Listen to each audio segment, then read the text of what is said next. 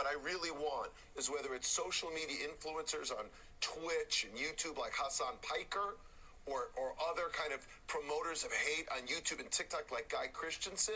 So I thought it's time we talk about that. That's Jonathan Greenblatt. He's the CEO of the ADL, and he said that about me last summer, inciting the Trump regime to come after me and silence my free speech. It's his job as the head of the ADL to ensure that you, an American, don't say Israel's doing genocide. Yet he can't even define genocide. He did an interview with the New York Times last month where he incorrectly defined genocide, and when factually corrected by the interviewer, he said, "Oh, I haven't read the legal definition before." Brother, this is why you're doing such a terrible job in America.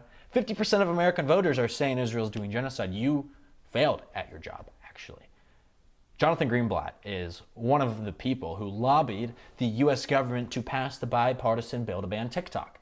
Why? Because it hosts anti-Israel content, like my content, like many other wonderful activists on this platform.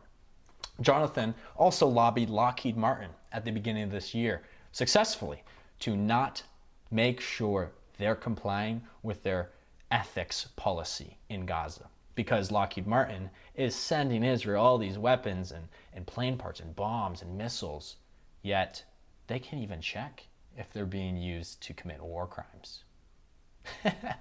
Jonathan Greenblatt also lobbied TikTok successfully to get that ex-IDF soldier Erica Mindell inserted in their moderation team. They created a new position and put her at the head of hate speech. Erica Mindell is a self-proclaimed Zionist who said that Zionism and Judaism are identities that go hand in hand together. She's behind the new censorship of any voices critical to Israel, or even the US government in that case, where since September 13th, when they switched up their free speech policy on this app, I've had nearly every video where I criticize Israel, or I criticize the fact that Larry Ellison, a MAGA Zionist billionaire, is poised to buy TikTok in the United States, or when I criticize the US government, it gets removed off the For You page, or it gets struck down and gets removed off this app so nobody can see it at all.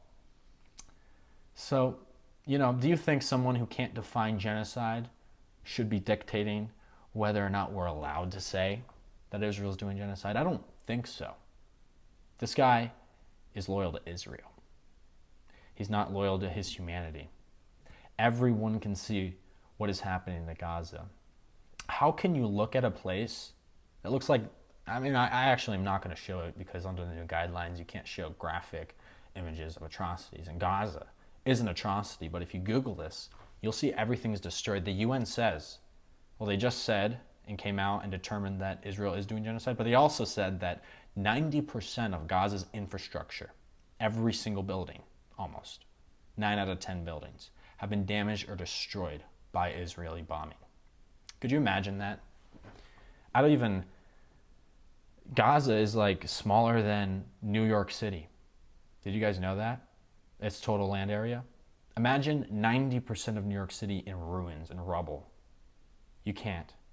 It's too horrifying. You can't even imagine that much suffering. I can't.